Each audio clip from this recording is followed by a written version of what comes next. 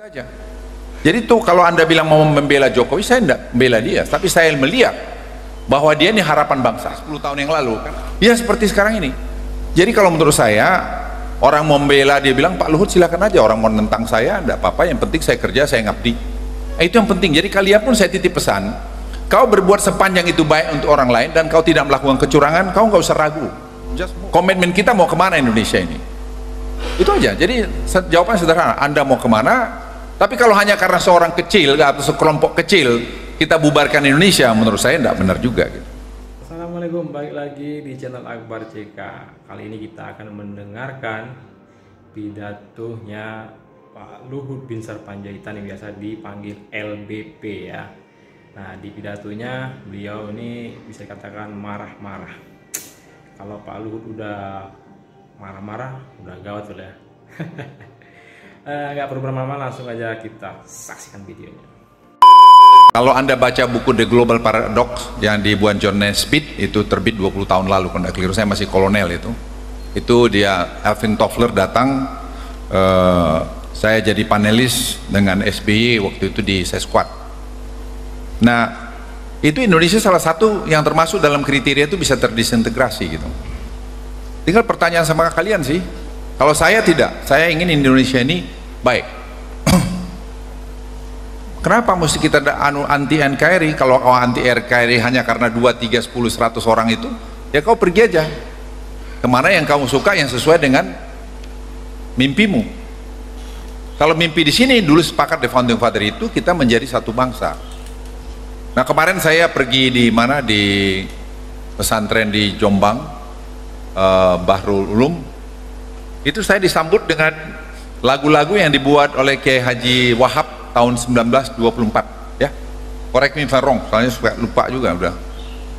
Itu sudah bicara masalah kebangsaan NU itu tahun 1924. Sekarang kita yang muda pengen, karena sosial media sekarang ini pengen sendiri, pengen membuat yang baru. Memang teknologi ini berbahaya, di samping kebaikan yang banyak itu tadi. Kita bisa menyalurkan virus-virus untuk perpecahan, dan itu yang dibilang John Naisbitt itu yang dulu saya pikir apa iya gitu. Sekarang potensi itu ada. Lah pertanyaannya sih sederhana, kita mau kemana gitu? Anda bikin di Jawa Barat ini saja referendum, bikin di Bandung mau mereka sendiri mau, provinsi Cirebon aja pengen Pak ya sendiri, Banten contoh. Jadi jangan Anda pikir hanya nanti yang beragama Islam di sini, yang beragama Hindu di sini, enggak kan begitu.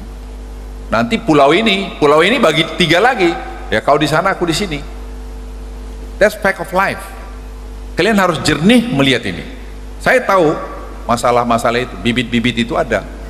Tapi itu tadi, memang kalau kita lihat sejarah, ini bicara sejarah ya, itu di Saudi memang ada pembagian dulu antara Wahabi dan kemudian kerajaan. Dalam sejarah Islam tidak ada kerajaan, ya tidak ada kerajaan. Nah Wahabi ini janji, kau finance kami, kamu tetap kerajaan, kami yang jalan menyebarkan paham-paham itu tadi. Itu yang terjadi. Paham kekerasan tadi itu mulai keras terus. Nah kita pun kena, kita juga membiarkan atasnya misalnya pendidikan Saudi itu sampai 15 tahun di Indonesia. Kenapa? Memberikan lembaga-lembaga bahasa mengambil paham-paham itu. Kita mau biarin seperti saya katakan tadi, ya terserah kita semua. Komitmen kita mau kemana Indonesia ini?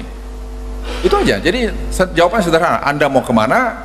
Tapi kalau hanya karena seorang kecil atau sekelompok kecil kita bubarkan Indonesia, menurut saya tidak benar juga gitu. Kemudian masalah membela dan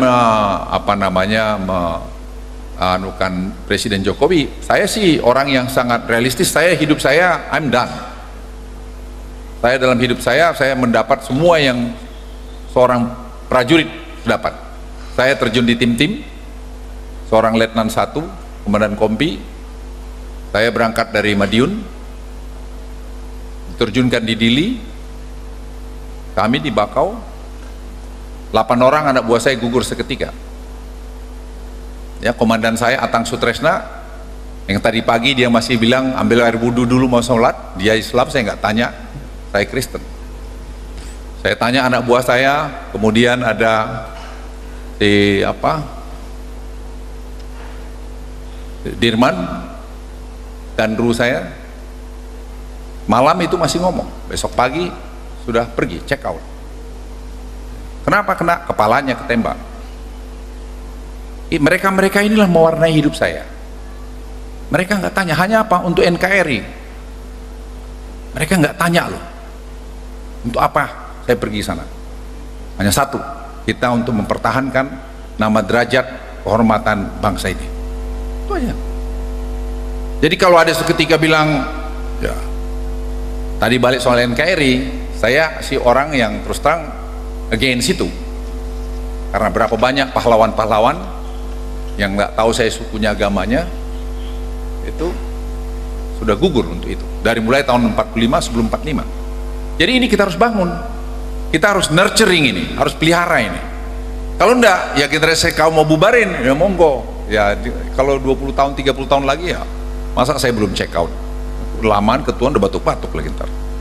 Soal membela Jokowi ini, menurut saya satu hal yang saya dapat dari sini nih, karena saya lihat Presiden Jokowi ini orang yang sampai hari ini orang yang masih jujur terhadap dirinya, tidak apa namanya, tidak pasang gaya wah gini-gini, enggak. Kadang-kadang terlalu sederhana. Walaupun sekarang, kemarin saya lihat jasnya udah gak dibaikin Pak itu. Kemarin saya bilang juga, Pak jasnya Bapak ini yang Pak Luhut, saya Pak ya kalau terus-terus itu Bapak pakai kan repot juga, kita mau pakai ganti jas, Bapak nggak ganti jas, kita repot Pak gitu. Ya masih sederhana, dan itu mewarnai kami di kabinet itu, nggak macam-macam juga. Kalau Anda lihat ada yang berkelahi, dibilang ada si Rizal Ramli TV juga tuh ya, berkelahi sama Sudirman Said dari STAN. Ya saya itu kakak beradik kan, ada boxing dikit. Ya nggak ada yang aneh. Biasa saya bilang, Jal, kau kenapa sih? Karena Rizal dari kecil seperti adik saya bilang, kau ngapain sih? Ya udah bang, begini gitu. Ya udah, lu jangan berkelahi di luar, lu memang payah kalian sipil-sipilin, saya bilang. Dia tentara kalau berkelahi di dalam, pukul-pukulan meja, orang pikir baik-baik, padahal udah hampir tabok-tabokan kita. Itu menurut saya satu proses pengambilan keputusan demokrasi yang baik, tidak ada masalah. Tapi media membuat jadi cerita itu. Kamu akan mengalami, saya berdoa mungkin kamu nanti satu ketika jadi rektor, jadi dirjen, jadi menteri, jadi mungkin presiden, saya don't know, pasti saya udah check out lah. Itu kamu ingat omongan saya. Itu proses di mana saja terjadi, bukan di kita aja. Jadi tuh kalau Anda bilang mau membela Jokowi, saya tidak membela dia, tapi saya melihat bahwa dia ini harapan bangsa. Karena apa yang kita berikan dalam proses pengambilan keputusan, dia berani mengatakan ya, berani mengatakan tidak, dan dia bertanggung jawab terhadap itu.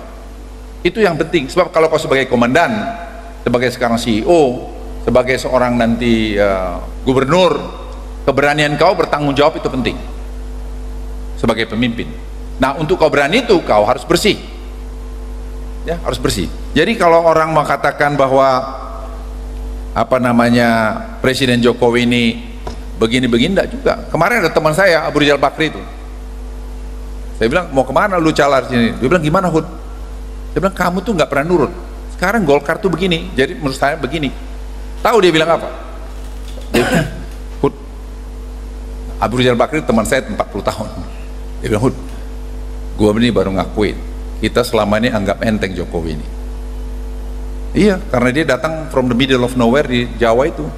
Kau udah orang kaya, lahir udah pakai jas. Iya, anggap enteng lah, kawan nih. Iya, dulu kalau datang ke kantor saya, saya gini-gini. Gimana mas gini-gini? Sekarang dia datang, baik Pak Presiden gitu, terbaik lagi. Ya that's life. Tapi tetap beliau tidak berubah. Ini saya berikan sama Anda, tidak berubah. Makan yang saya kenal dari 10 tahun yang lalu, ya seperti sekarang ini. Jadi kalau menurut saya, orang mau membela, dia bilang, Pak Luhut silakan aja, orang mau nentang saya, tidak apa-apa, yang penting saya kerja, saya ngabdi. Itu yang penting. Jadi kalian pun saya titip pesan, kau berbuat sepanjang itu baik untuk orang lain, dan kau tidak melakukan kecurangan, kau nggak usah ragu, just move on. Kemudian yang kedua tadi mengenai Indonesia mau buat di mana. Presiden Jokowi bilang, saya tanya, Pak kita ini mau kemana nih? Pokoknya gimana bikin rakyat itu bahagia. Apa itu equality? Apa itu gap antara the have and the have not itu dikurangin? Apa itu? Kita merubah dari commodity base menjadi industrial base. Nah itu sebabnya pembangunan infrastruktur tadi itu pemerataan. Tidak hanya di Jawa, tidak hanya di Sumatera, tapi seluruh Indonesia kalau Anda pergi, itu semua sekarang under construction. Dari mana dananya? Yaitu tadi yang saya bilang, bertahun-tahun kita simpan itu. bakar uang itu 1.400 triliun 5 tahun terakhir ini. Kalau itu dimulai dari tahun 2009, hari ini kita sudah jauh lebih bagus. Pertumbuhan ekonomi kita sudah maintain mungkin di 8%, 7,5-8%. Jadi kalau Anda mau bilang bawa kemana, ya itu tadi, keadilan tadi. Semua masalah ini masalah keadilan. Karena kita tidak memperhatikan, tidak melihat keseimbangan. Apalagi, misalnya plasma. Kita mau plasma sekarang sepanjang jalan, kami itu baru lihat perbatasan Kalimantan dengan Kalimantan Utara itu 1.700 km jalan.